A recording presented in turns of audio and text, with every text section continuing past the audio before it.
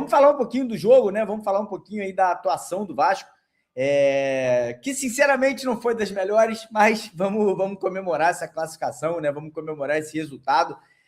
Primeira vitória, né, do técnico Pedro Emanuel aí sob o comando da equipe vascaína. Um jogo em casa, um jogo aí, cara, que a gente obviamente estava numa expectativa do Vasco começar a demonstrar, né, um futebol um pouco melhor, um pouco superior, mas ainda assim um Vasco, na minha opinião, mal escalado hoje, né? Não gostei primeiramente aí da escalação ali no primeiro tempo, né? O Vasco entrando com alguns jogadores que para mim ainda não fazem muito sentido, né? Como o Spinelli, né, comandando o ataque, Lucas Piton na lateral esquerda, né? Um jogador que não inspira confiança. Mas, cara, vou ser sincero, acho que uma vitória aí que talvez possa trazer um pouquinho de calma, né, para o técnico, para o elenco, até para nós, torcedores do Vasco, aí, que estávamos precisando tanto, né, de um resultado positivo. Eu acho que as mudanças que o treinador acabou fazendo ali no segundo tempo, a entrada do Adson, né, a entrada do Brenner, as mudanças ali, o Cuiabano entrando na lateral esquerda, acabaram surtindo efeito positivo, né, cara? O Brenner entrou bem no jogo, acho que tinha que ter começado como titular. Gostei também da entrada do Cuiabano na vaga ali do Lucas Piton. Mas ainda assim um Vasco fraco, né, cara? Um Vasco aí que enfrenta um adversário muito fraco, né? Independente de Medellín, uma equipe muito, mas muito fraca. E o Vasco teve dificuldades, né, cara? A gente não pode aqui tentar iludir o torcedor. O Vasco teve muita dificuldade, por pouco que o jogo não vai para os pênaltis. Eu acho que a gente tem que começar a analisar esse elenco do Vasco, né, olhando para jogadores, né, como o Jair, como o Brenner, que enquanto o Vasco não contratar, né, enquanto o Vasco não se reforçar, cara, tem que começar a utilizar jogadores como esses que eu acabei de citar, que são mais experientes, têm mais rodagem, jogadores aí vitoriosos, né, por onde passaram. O PH, para mim, hoje foi o melhor do Vasco em campo, né, um PH hoje com alguns lapsos daquele PH do ano passado, que chegou à seleção brasileira, né, um PH ali que fez um bom primeiro tempo, né, sofreu 2 faltas muito interessantes ali perto da grande área, e aí depois no segundo tempo acaba achando o lance que acaba resultando no gol ali do nosso capitão, o Thiago Mendes, que também fez uma partida interessante hoje, né, voltando ali a jogar um bom futebol, mas no geral ainda um futebol preocupante, né, cara? Caiu tanto de rendimento. Gente, o jogador não esquece de jogar futebol. Ou ele joga, ou ele não joga. E o Vasco da Gama ele tem o mesmo elenco do primeiro semestre para este semestre de agora. E tem o mesmo elenco, inclusive, que disputou a final da Copa do Brasil do ano passado. É claro, saíram 3 estrelas, o Rayão, o Coutinho, o Verratti. Mas a estrutura, o esqueleto, é o mesmo. Esses caras não desaprenderam a jogar bola. Só que entende a situação desses caras também. Imagina como é difícil. O Vasco inicia o ano com o planejamento do técnico Fernando Diniz. Ele sai, deixa o Vasco na lanterna do Campeonato Brasileiro. Chega o Renato Gaúcho, com aquela palavra, né, que estava com vontade. Ali era uma recuperação, um técnico que chegaria para abraçar o grupo, chamar o grupo para si, virar a chave do elenco. Não deu certo. Deu ruim. Renato Gaúcho saiu. Vasco da Gama entrou num processo de intervenção judicial. Possibilidade de salários atrasados. Ninguém sabe o que aconteceu. O Pedrinho do nada deixa de ir para o CT Moacir Barbosa. Tudo muda. O Vasco não tem técnico. O Vasco não tem um representante, no caso o presidente, indo até o CT. E do nada chega um técnico português que ninguém conhece. Não chega nenhum reforço. A imprensa confirma que há uma necessidade urgente de um empréstimo no valor de 40 milhões de reais. Você imagina a cabeça dos jogadores. Eu sei que para o torcedor comum é chato ter que ficar ouvindo isso. Porque o jogador, eu entendo que tem a responsabilidade de ir lá e jogar futebol. É a obrigação dele, independente, tem que jogar e tem que ganhar. Só que para os caras é difícil. O Vasco da Gama por si só já é um clube de muita pressão. Só que o ano de 2026 do Vasco é um dos anos mais pesados, de verdade mesmo. É intervenção judicial, é política rachada, é a 777 Partners tentando a todo momento intervir judicialmente no Vasco, é o terceiro técnico que chegou, é falta de dinheiro. Então esses caras, Os jogadores do Vasco da Gama, eles têm que ter muita força para suportar o que acontece hoje dentro do Vasco. De verdade mesmo.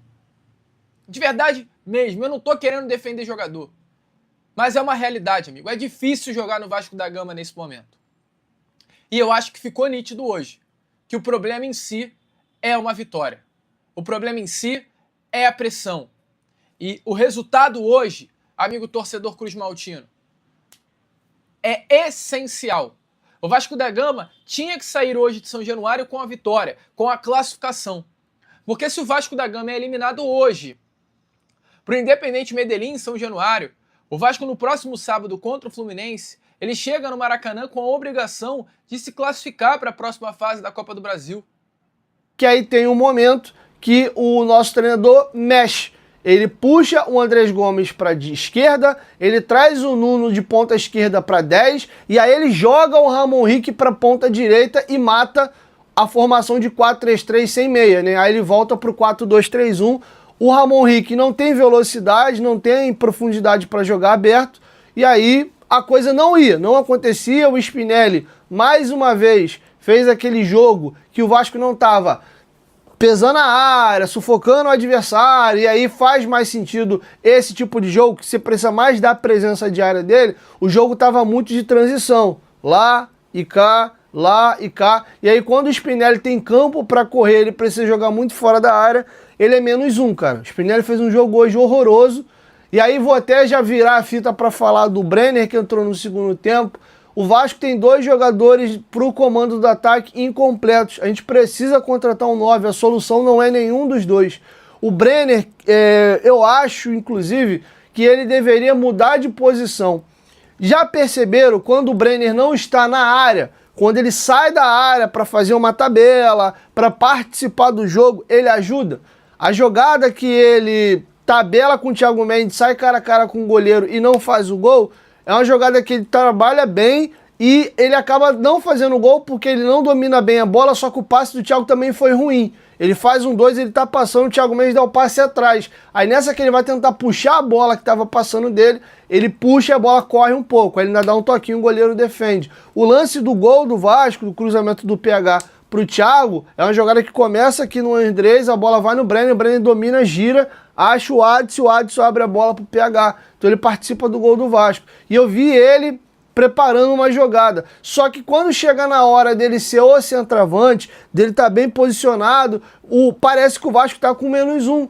Quando o Vasco abre essa bola pro lado, eu já sei, cara, nem adianta jogar na área porque o Brenner não vai arrumar nada. E parece que ele some, ele não tem presença de área. Então eu acho que esse rapaz, ele tá jogando fora de posição. Ele pode até ter jogado de 9 em algum momento lá no São Paulo e tal, mas ele rende melhor se ele jogar com 2 atacantes, ele sendo um segundo, e até o Renato Gaúcho teve alguns jogos que ele chegou a botar o Brenner de 10 atrás de centroavante. Na época quem estava de 9 era o David. Ele chegou a fazer isso em alguns jogos e o Brenner foi bem. Só que quando chegava na bendita hora dele concluir a jogada, aí é a tragédia. Então, assim, não é a solução. Se realmente vir essa proposta da MLS, libera, mas pensando em aproveitar e tentar tirar o melhor do Brenner, eu acho que esse rapaz ele funciona fora de 9.